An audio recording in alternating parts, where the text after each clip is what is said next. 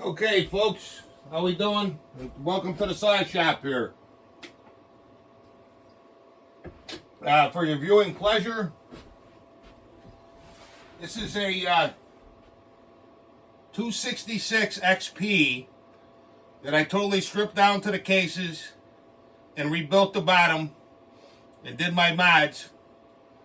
New crank, new bearings, new seals, new piston, new carburetor, West Coast intake, and I gutted the muffler.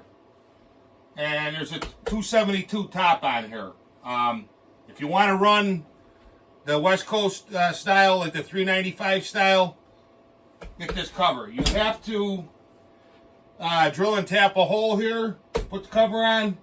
Now this screw up here, you have to, there's nowhere for you to drill and tap. I mean, you can run with the two, but if you want, you can weld a little piece in there and drill and tap it. I haven't done that yet. I mean, this cover ain't going nowhere with the two screws, but if you want it complete, that's how I would do it. But it's been totally rebuilt.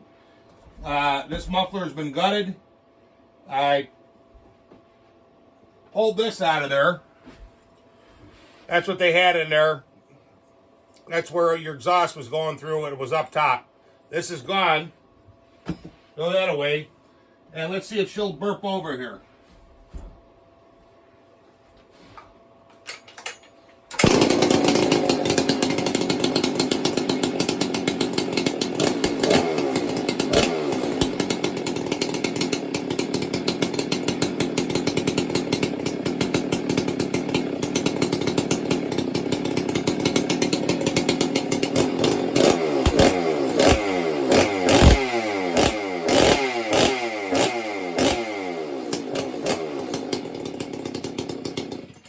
Okay, well,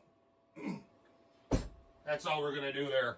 I'll take the cover off. I'll show you some of the stuff that I think I've shown this before, but I'll just show it to you.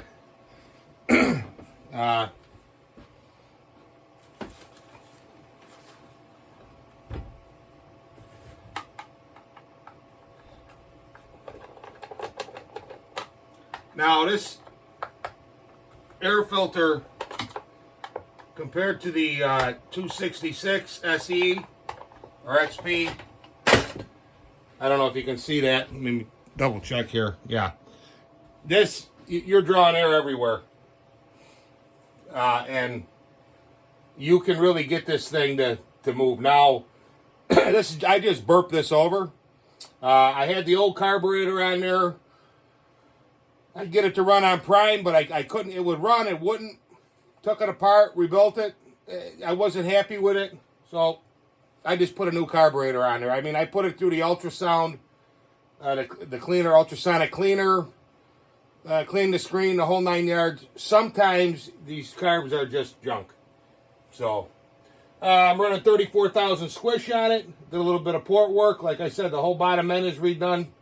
And then you got this can muffler on here, which we'll do something. Now, a lot of guys are saying that these can mufflers run like these, the Rowdy pipe. I'm going to tell you what, not in my experience. These pipes give you a heck of a lot. I mean, this, compared to stock, is an improvement.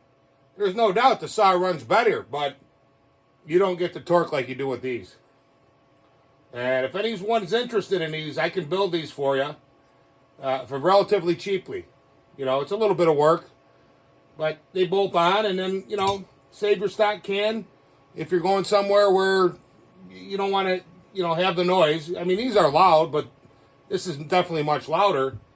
But I mean, if you run with this higher flow, higher CFM filter, do some timing adjustments, a little bit of port work, and you run this thing on here with a sharp chain, this saw will run right with a stock 462C or a stock 572. And if you look at the tag, 1983. So this saw is 40 years old, and it's producing. I mean, could I get more? Yeah, you could get more out of it, but with this combination here and a Rowdy Pike, I think that you'll be well pleased. I mean, you'll be able to pretty much stand on this thing as hard as you can pull it, and you won't stall out the chain. So, I got a couple more of these builds coming up. I just picked up a couple more husks. 272 husks. I got one off of eBay for like $70. I don't know how the crank is, but it's got the oil pump on it, it's got the flywheel, and it's got the case halves. And, you know, if the crank is good, I'll use it. If not, I'll just get another crank. I mean, I can put these things together, you know, for $400, $500, $600, and you're running with a, you know, $1,200, $1,300 saw, plus you keep the adjustable carburetor. Some guys like these. Now, the only thing I will say is these are going to give you more vibration in the hands. I mean, it's just, you know, you don't have the AV is not as good.